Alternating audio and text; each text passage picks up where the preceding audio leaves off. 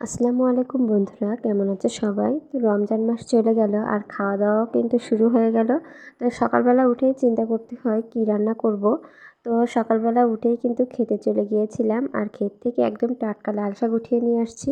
তো এগুলো কিন্তু আজকে রান্না করা হবে। আর ফ্রিজে কিছু কোয়েল পাখির ডিম পড়েছিল, ওগুলো একটু পানিতে ভিজিয়ে রাখলাম।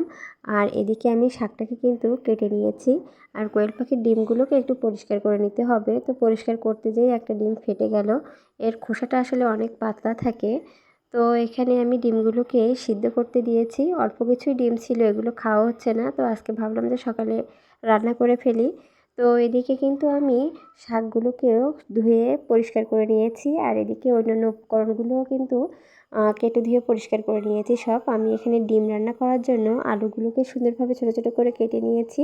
আর বাদবাকি অন্যান্য মশলাও নিয়েছি। তো এদিকে কিন্তু আমি শাকটা রান্না বসিয়ে দিলাম।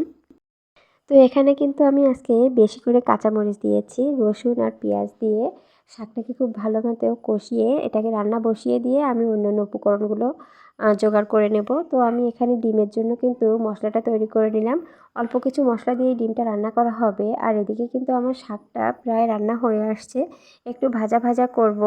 অনেকগুলো শাক ছিল কিন্তু রান্না করতে যে একদম অল্প একটু হয়ে গেছে।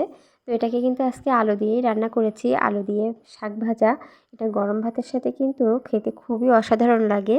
তো আরও একটু কিছু সময় কিন্তু আমি এটা চুলার ওপরে রাখবো আর একটু সুন্দর ভাজা ভাজা করে নেব।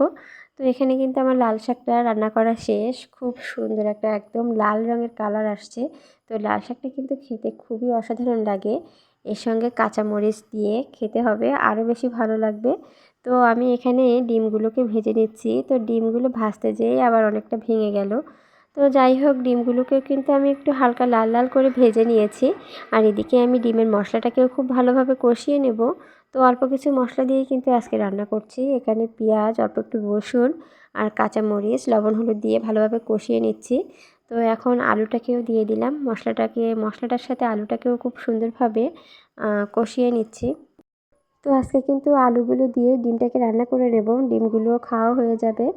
তো এখানে অল্প একটু পানি দিয়ে দিলাম একটু ভালোভাবে কষানোর জন্য আর আলুটাকে সিদ্ধ করার জন্য।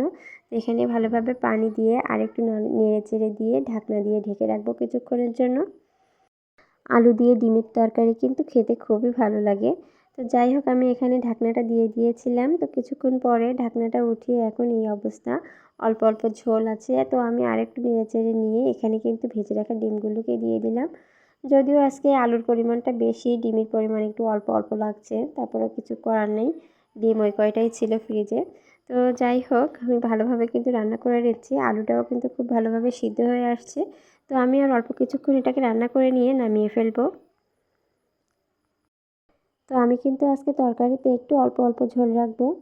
তো আর কিছুক্ষণের মধ্যেই কিন্তু আমি তরকারিটা নামিয়ে ফেলবো। তো গরম ভাতের সাথে সকালবেলা কিন্তু আলু আর ডিমের তরকারিটা খেতে খুবই বেশি ভালো লাগে। তো ফাইনালি আমার রান্নাটা কমপ্লিট হয়ে গেল। রান্নাটা কিন্তু দেখতে খুবই লোভনীয় হয়েছে, খেতেও কিন্তু অনেক বেশি ভালো ছিল। আজকে সকালবেলার জন্য অনেক অল্প অল্পই রান্না।